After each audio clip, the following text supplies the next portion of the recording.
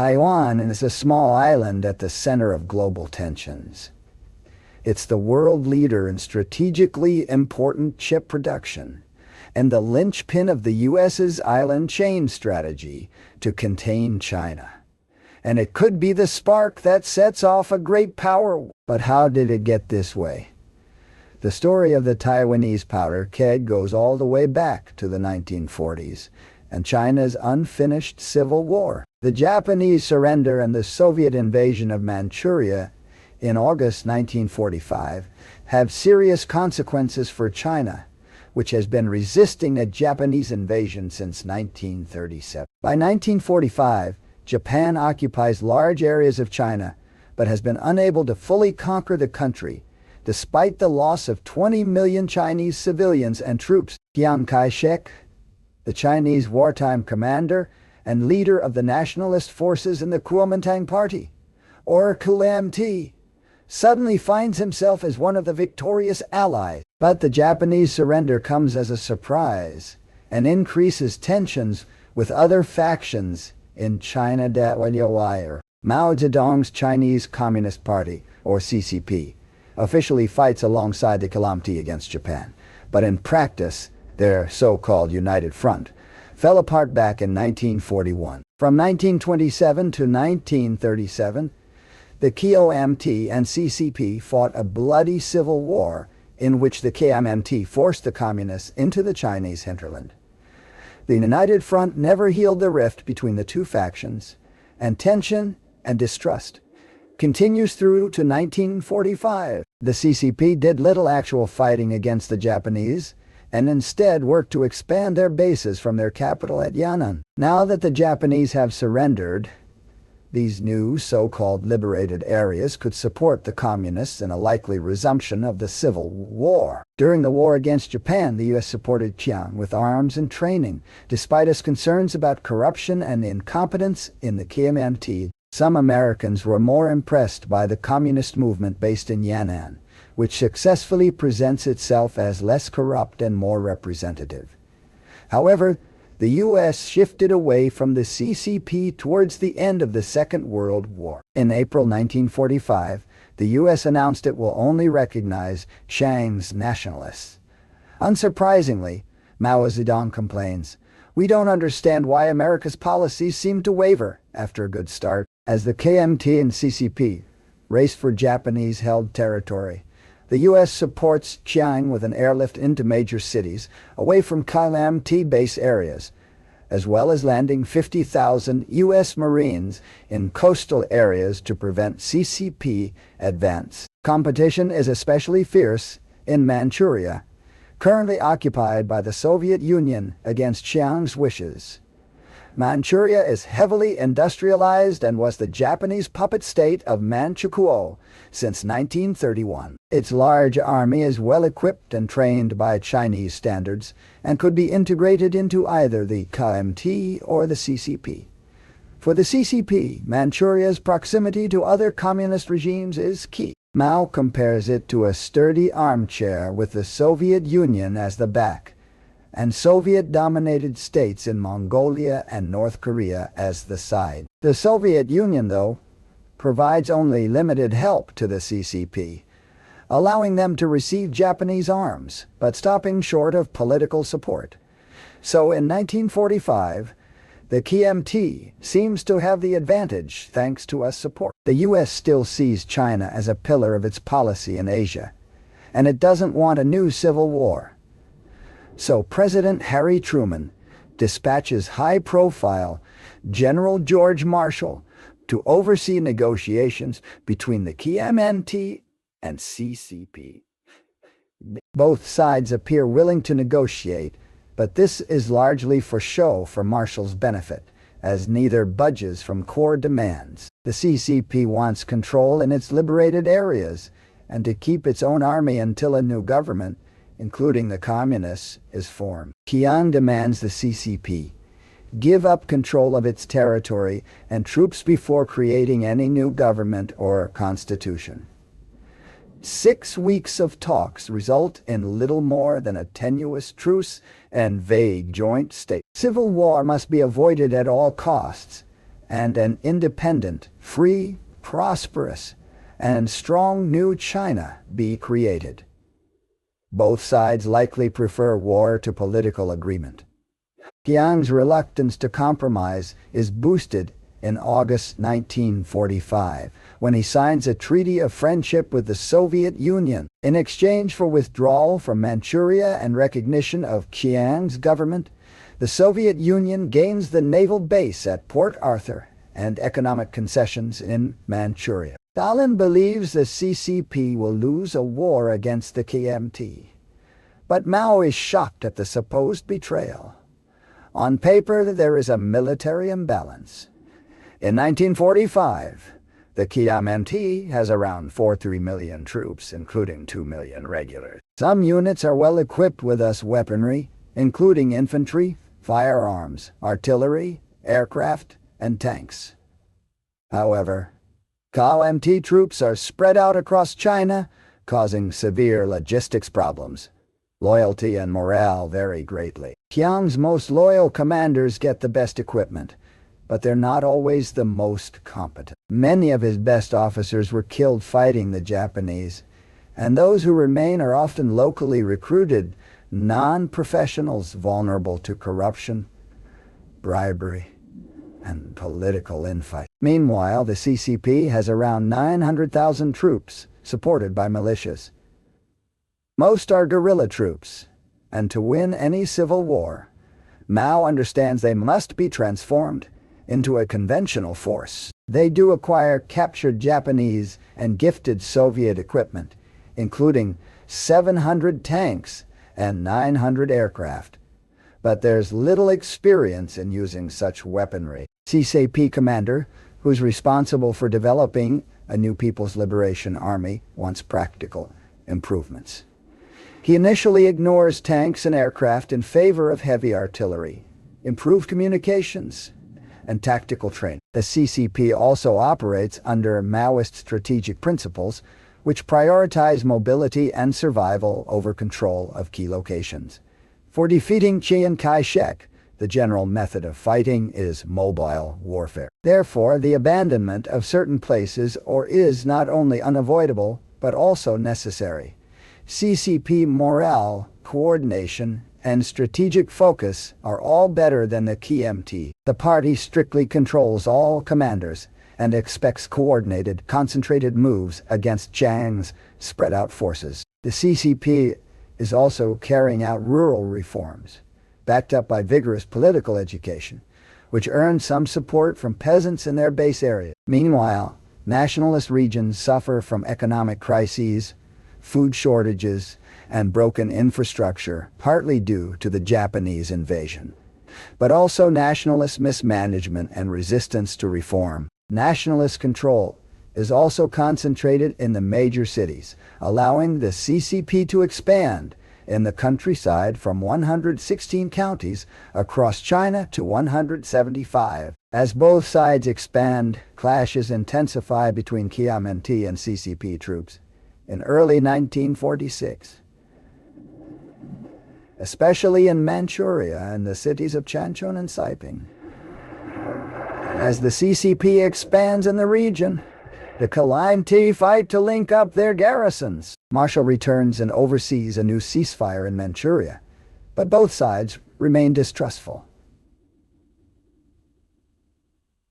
Chiang knows truces benefit the CCP, but his government's return to the capital also brings more pressing domestic issues. However, he wants to quickly eliminate the CCP and reinforce China's post-war status as an emerging great power before any meaningful political development. It is first necessary to deal harshly with the communists and later, after 2 or 3 months, to adopt a generous attitude. The CCP takes advantage of the ceasefires to spread its influence in Manchuria, including taking control of the largest city of Harbin following Soviet withdrawal. The party is now firmly entrenched in northeast China and develops a policy of offense in the north, defense in the south. Still, most CCP troops remain in their base areas and generally give ground to KMT forces. Washington says its support for Chiang depends on peaceful coexistence with the CCP, But Chiang launches the general offensive in June 1946. KMT troops mostly target the CCP's Central Plains and Central China military districts and attempt to surround CCP formations. The Communists break up into smaller groups and withdraw, with some rearguard units suffering heavy casualties. Some CCP units launch local counterattacks, stalling the advance and eliminating individual Kuomintang units. But they cannot conduct a counteroffensive. By late 1946, the KMT secures several major cities and the railways between them and forces the CCP out of much of Jiangsu and southern Manchuria, capturing 165 towns and 174,000 square kilometers of territory. Even so, Chiang is frustrated that he hasn't destroyed the main CCP armies.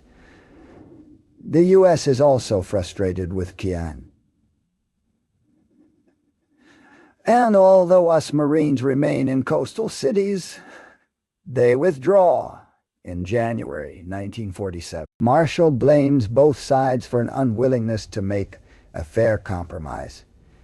In February and March 1947, Chiang keeps up the pressure with his strong points offensive. His best forces attack Shaanxi and Shandong in a pincer movement to potentially win the war, and there's heavy fighting around the CCP headquarters in Linyi. The KMT seize the city, but shortly afterwards the CCP ambush and destroy several KMT units, including well-equipped, mechanized formations considered the KMT's finest. However, the ambushes are also costly for the CCP, who overwhelm armored vehicles with mass infantry attacks.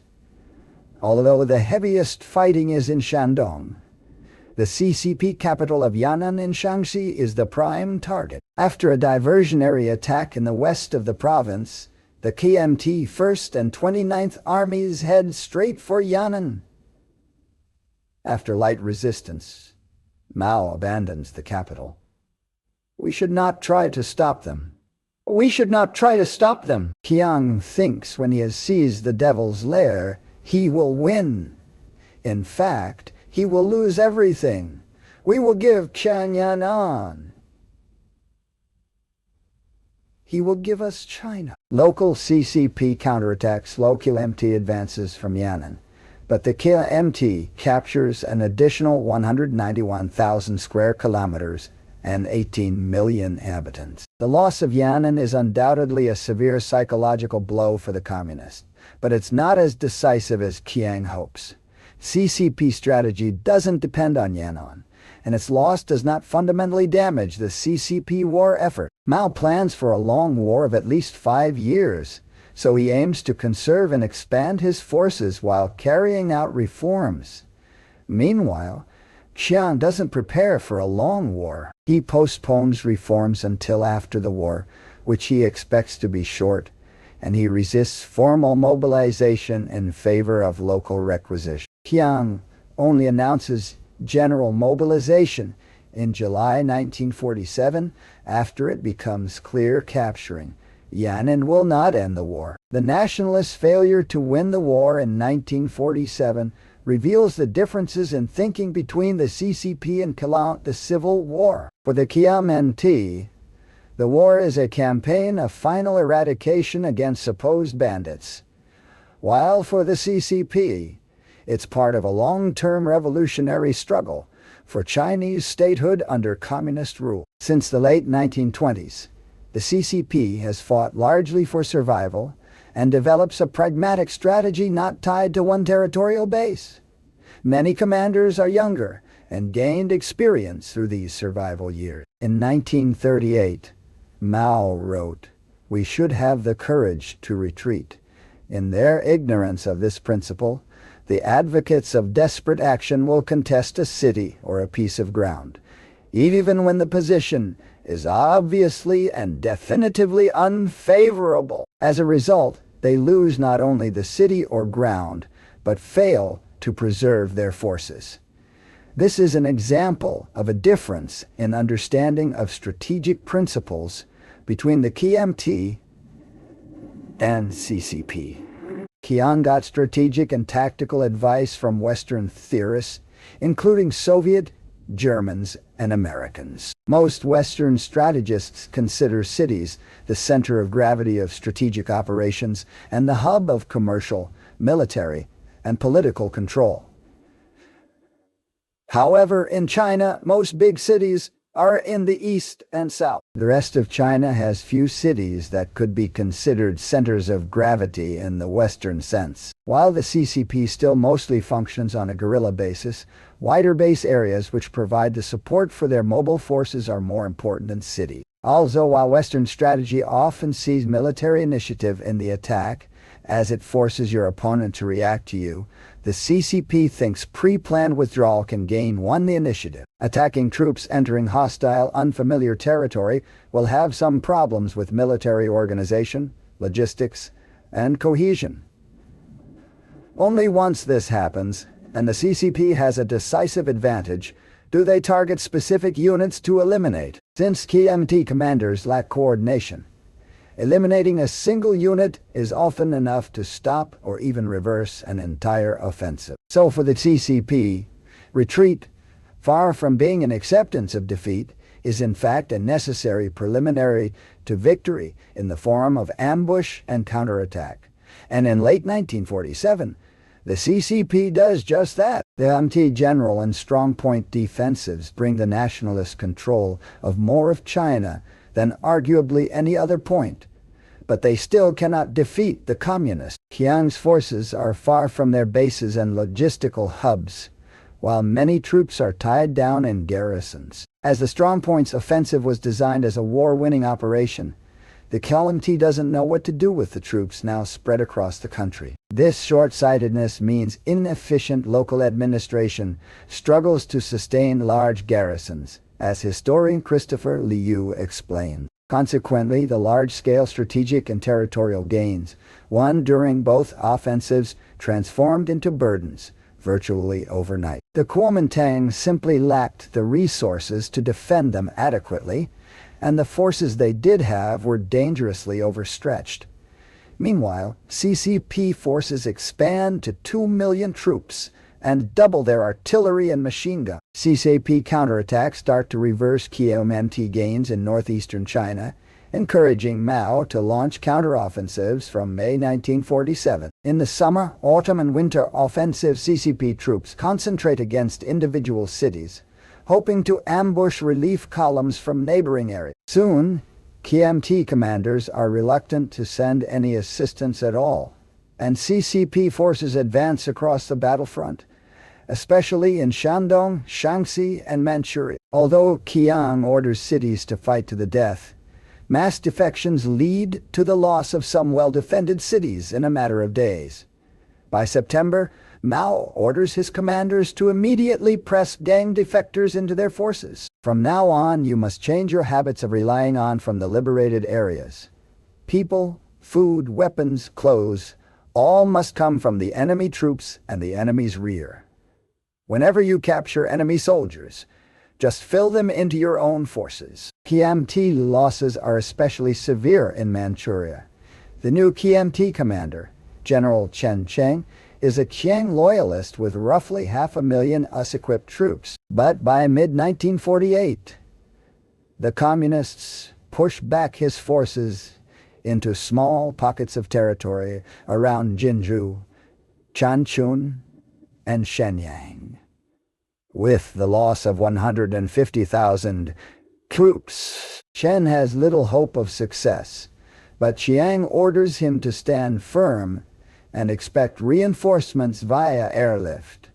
So the KMT flies in 250,000 more troops from defense duties elsewhere in China. CCP commander in Manchuria, Lin Biao, has previously been reluctant to attack without significant preparation, which angers Mao. The key to the whole military situation in the northeast lies in the capture of Yi County, Jinzhou, and Junshi. However, it has been 3 weeks since your troops moved out, and you have still not started the attack on Yi. The movement is so unbelievably slow. You should conduct self-criticism. In September 1948, the CCP launches its Liaoning Shenyang offensive against Jinzhou, Shenyang, and Changchun. Lin's forces besiege Jinzhou on October 14th, pounding its medieval walls with heavy artillery before bloody street fighting began. 90,000 KMT men surrender. The CCP then rapidly swings toward Shenyang, eliminating an attempted KMT counterattack in marshland near Haishan. This defeat causes the KMT commander in Changchun to defect. The starving city had been under siege since August, and there are reports of cannibalism. KMT defectors in the city now fight their former comrades who refused to defect. After a brief battle, Changchun surrenders to the CCP on October 26. All that remains is Shenyang. The Nationalists' new First Army rushes to its defense, but CCP formations outflank and destroy it in a 9-day battle with 100,000 losses. After a lackluster defense, Shenyang surrenders on November 2. The Liaoning Shenyang campaign is a vital communist victory. Communist casualties are unknown, but repeated attacks on walled cities likely make them significant. However, the KMT loses some 400,000 of its best troops through casualties and defections. These defections mean CCP forces actually grow, and likely now outnumber the KLM. As the war intensifies and territory changes hands, more and more civilians find themselves under new governance and often under new threats of violence. CCP military operations run parallel to a political campaign based around Mao's agricultural reforms and urban student movements. Later, mainland Chinese historiography argues much of the population supported communism, but assessing actual support is difficult. It certainly varied as the war progressed and from region to region. CCP reforms like reducing rents, redistributing land, and creating village committees do earn support. Although few peasants outside traditional CCP base areas are ideological communists, and local committees are under strong communist control. Despite intense political education campaigns, many peasants cling to traditional aspects of life, although land redistribution does create new loyalties, if only out of necessity. After the farmer receives his share of the land, he will naturally think that the only way to preserve his share of the land is to follow the CCP to the very end. As a matter of fact, farmers are fearful of measures of revenge from the landlords, and it is highly probable that they will plunge in with the CCP. The party's urgent need for troops and supplies also leads to a radical program often led locally by students and political officers. Coercion, propaganda, and violence are common, especially against landlords and wealthier peasants. CCP officials encourage peasants to partake in sometimes violent public humiliations and denunciations of wealthier peasants, although some use the process to settle older disagreements. Estimates vary, but between 1945 and 1949, communist-led violence may kill up to 1 million landlords. Notable social critic Xu Wanqing claims the CCP used the crisis of war to justify harsh action. The CCP sets fires and kills people, and in everything its talents are used for destruction. The CCP is happy at disasters and delighted at calamities. Their only fear is that the empire is not in chaos. CCP officials are also often disappointed with the amount of land and property actually available to redistribute to the poorer classes. As a result, they target even mildly better-off peasants and seize their property in public trials. But civilians in KMT areas also experience violence and suffering, both deliberate and from economic mismanagement. A massive economic crisis and hyperinflation destroy savings. Between 1945 and 1948, prices in Kuomintang areas rise on average 30% per month. The Nationalists make the problem worse by the forced conversion of Japanese-issued currency for Kuomintang notes at a terrible exchange rate. Chinese in former Japanese-occupied areas are also vulnerable. The KMT sees many as Japanese collaborators, and returning landlords demand overdue rent under threats of violence. As KMT logistics break down, troops often steal food and winter clothing. This is especially true in Manchuria, which had avoided many of the hardships of earlier wars. The U.S. ambassador notes, nationalist Southern military forces and civil administrators conduct themselves in Manchuria as conquerors, not as fellow countrymen, and have imposed a carpetbag regime of unbridled exploitation upon areas under their control. If military and civil authorities of local origin were in control, they too would probably exploit the populace. But experience has shown that Chinese authorities of local origin, in general, never quite strangle a goose laying golden eggs. Many of the economic problems in KMT areas stem from the war with Japan. Many civilians tolerated hardship then. But in a civil war, they're less willing, especially when one side claims to represent an alternative social and economic model. Exhausted KMT soldiers are just as fed up with suffering as civilians. Nationalist troops who tolerated terrible conditions in the Sino-Japanese conflict are less willing to do so against fellow Chinese. As KMT morale drops, discipline gets harsher, and food shortages get worse. CCP propaganda becomes more effective. Brothers, lay down your arms, which you never wanted to take up. Did you join the Kuomintang army freely? No, you were dragged into it at the end of a rope. Come over to us. If you want, we will send you home. Better still, you can join us and fight to free your home as we have ours.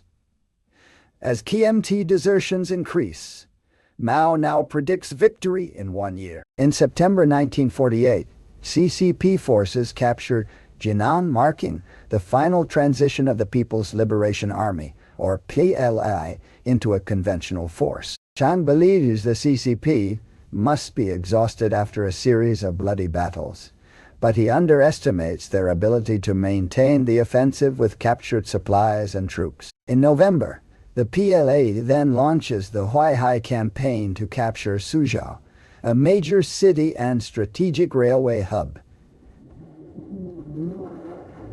Chiang reinforces the city with 150,000 men.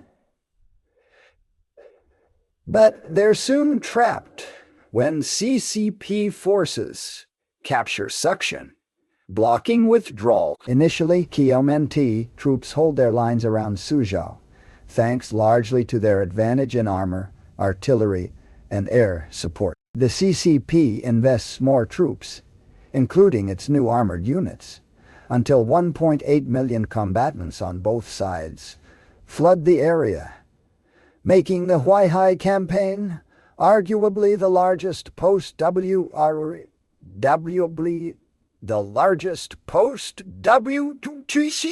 battle ever.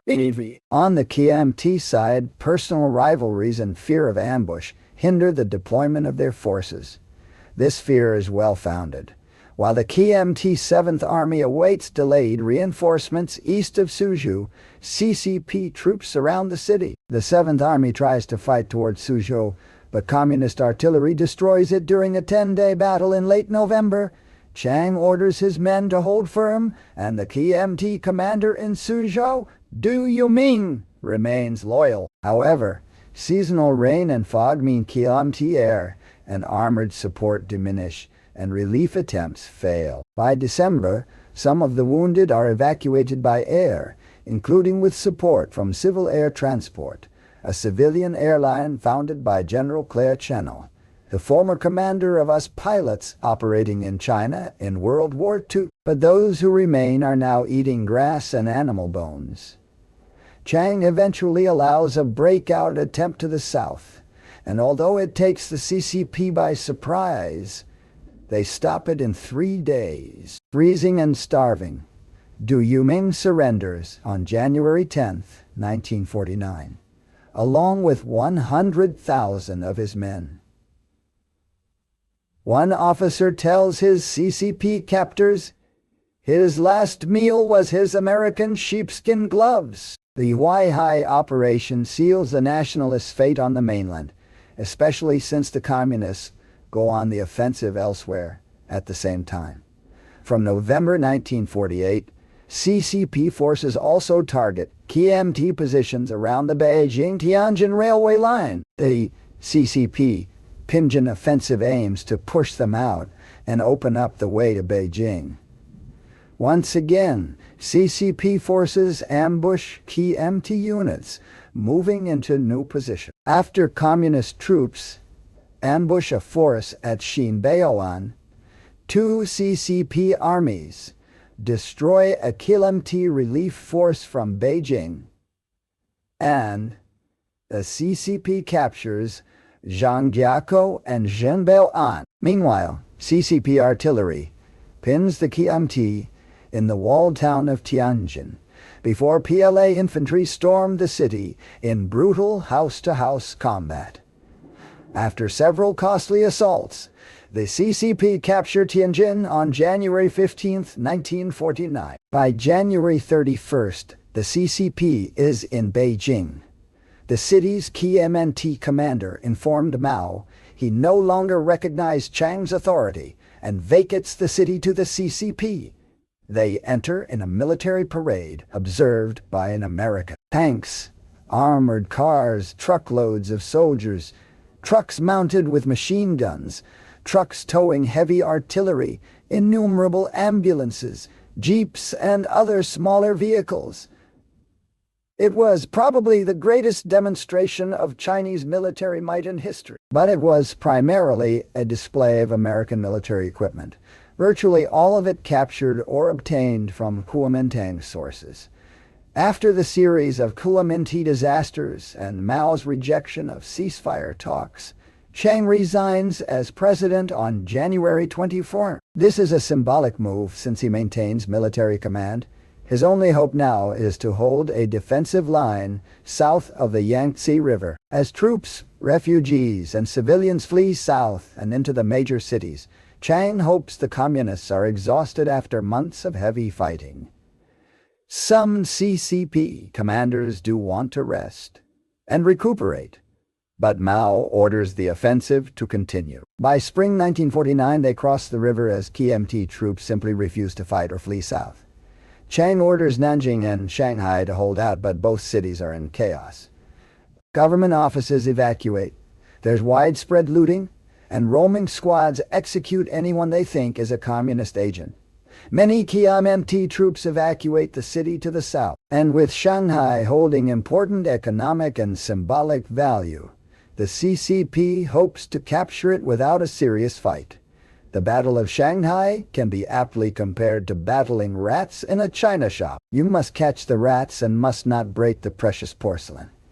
In the end, both cities fall with little fighting in April and May. Through the summer and fall, the CCP continues to advance against light resistance, capturing Changsha in August and Changzhou in October. On October 1, 1949, Mao proclaims a new Communist People's Republic of China, essentially claiming victory in the Civil War. Chiang considers making a last stand in his old capital of Chongqing, but he finds few allies willing to fight and heads for Chengdu. But the CCP is about to take Chengdu, so on December 7, 1949, the sick and exhausted Chiang flees with the remainder of his government and 2 million troops to the island of Taiwan. Taiwan, formerly known as Formosa, had been a Japanese colony since 1895, and Chiang's arrival in 1945 was seen by some locals as a switch from one colonial regime to another. U.S. bombing in World War II devastated the capital of Taipei, and post-war KMT officials had little inclination to redevelop Taiwan.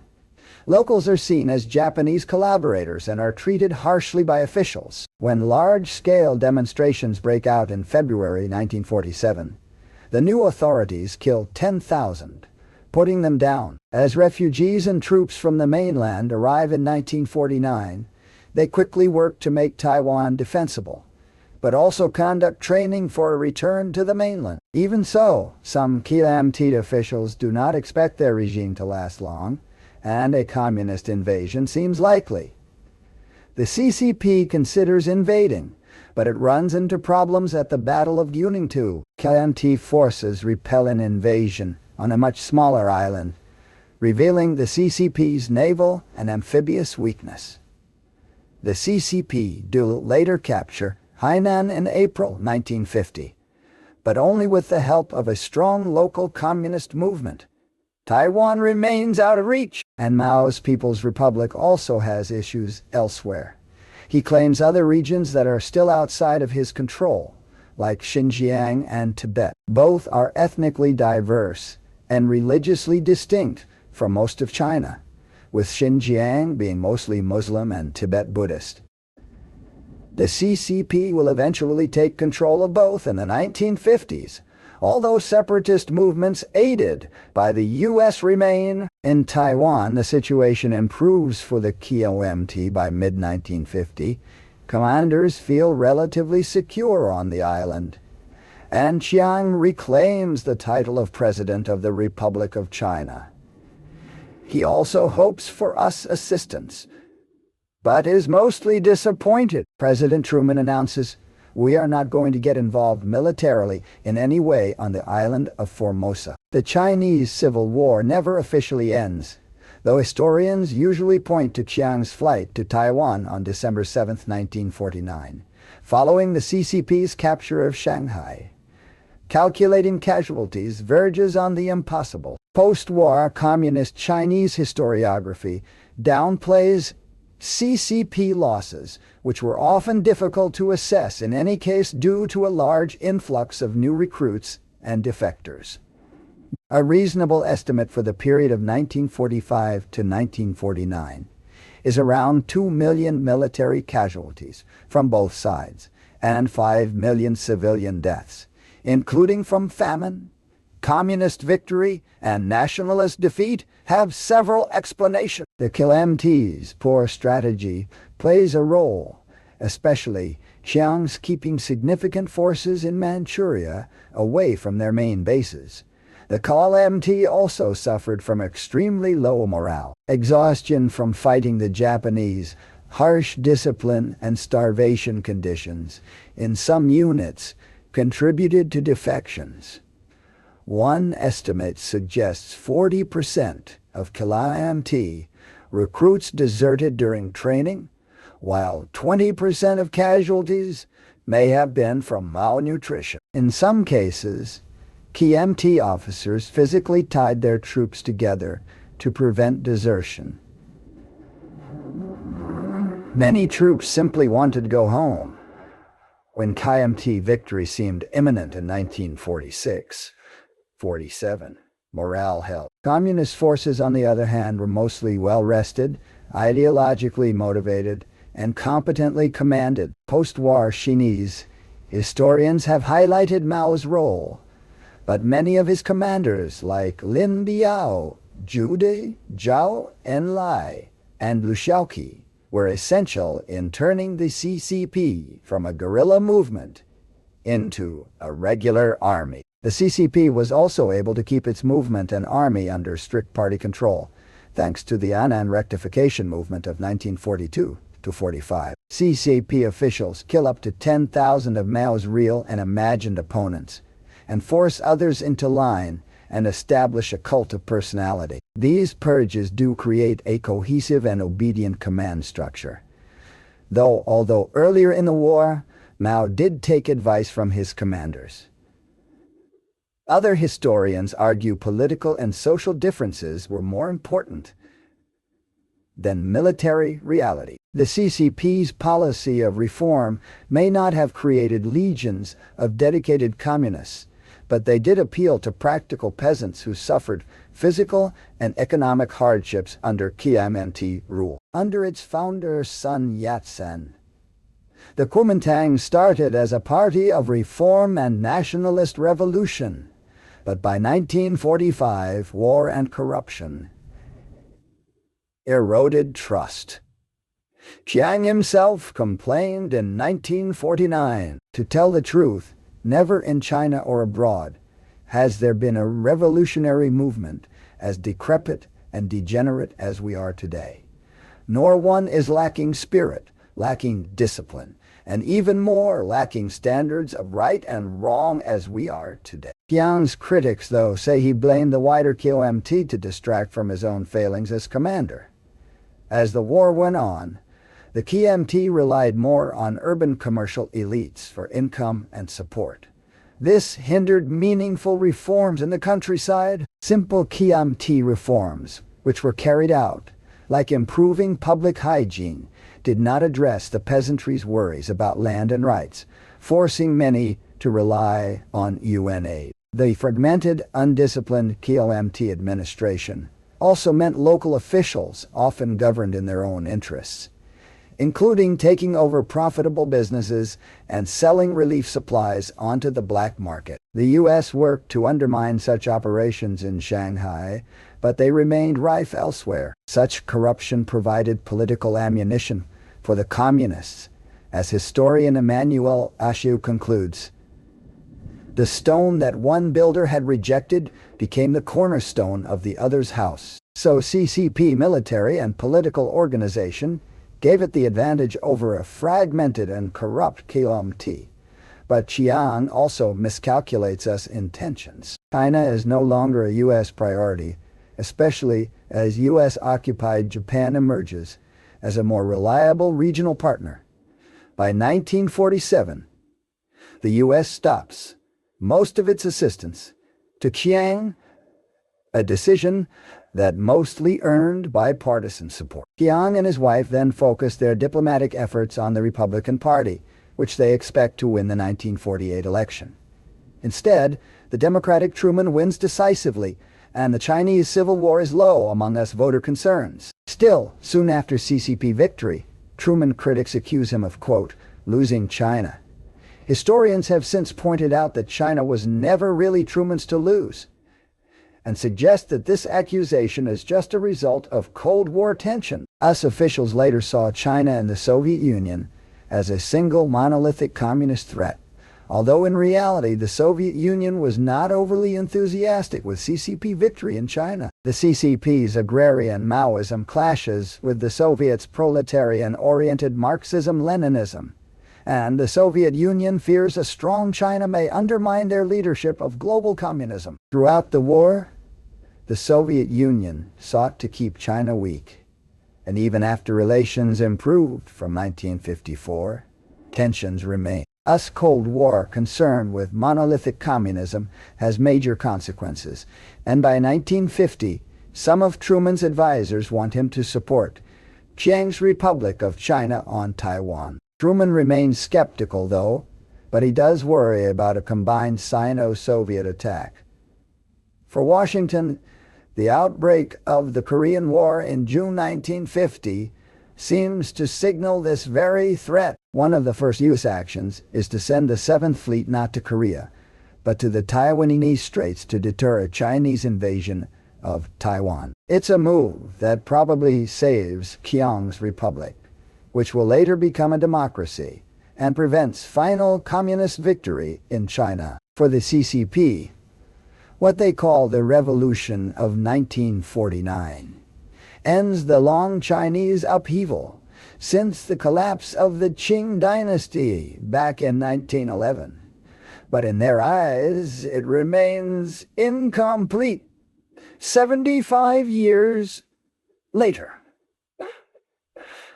One of the lasting legacies of the Korean War is the American test of tactical nuclear weapons and General MacArthur's idea to use nuclear weapons on China, which was ultimately avoided. However, this showed where the new Cold War between the superpowers was headed, and the potential of limitless nuclear energy wasn't just relevant for military application. Before his death, Joseph Stalin had accelerated the Soviet nuclear program, and the vision of atomic-powered communism lived on after him. If you're interested in this topic, we produced an entire documentary series from the first Soviet atom bomb to the atom cities like Pripyat and beyond.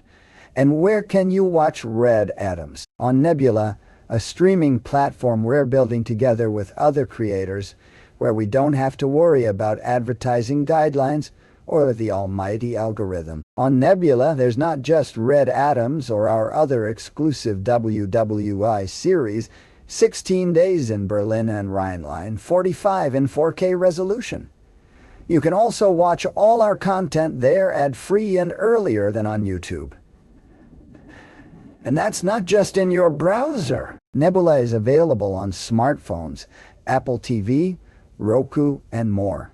And all that for just $36 for an entire year.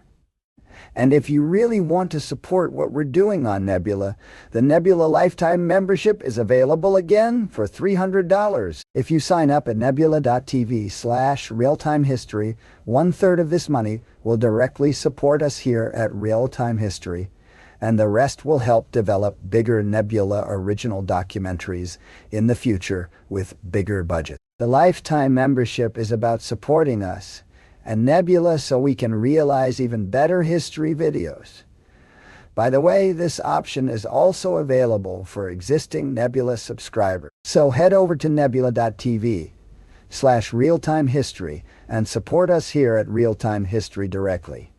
If you want to learn more about the Second Sino-Japanese War that interrupted the Chinese Civil War, check out our previous documentaries about that. As usual, you can find all the sources for this episode in the video description below. And if you're watching this video on Patreon or Nebula, thank you so much for the support. We couldn't do it without you. I'm Jesse Alexander, and this is a production of Real Time History, the only history channel that thinks you should conduct self-criticism.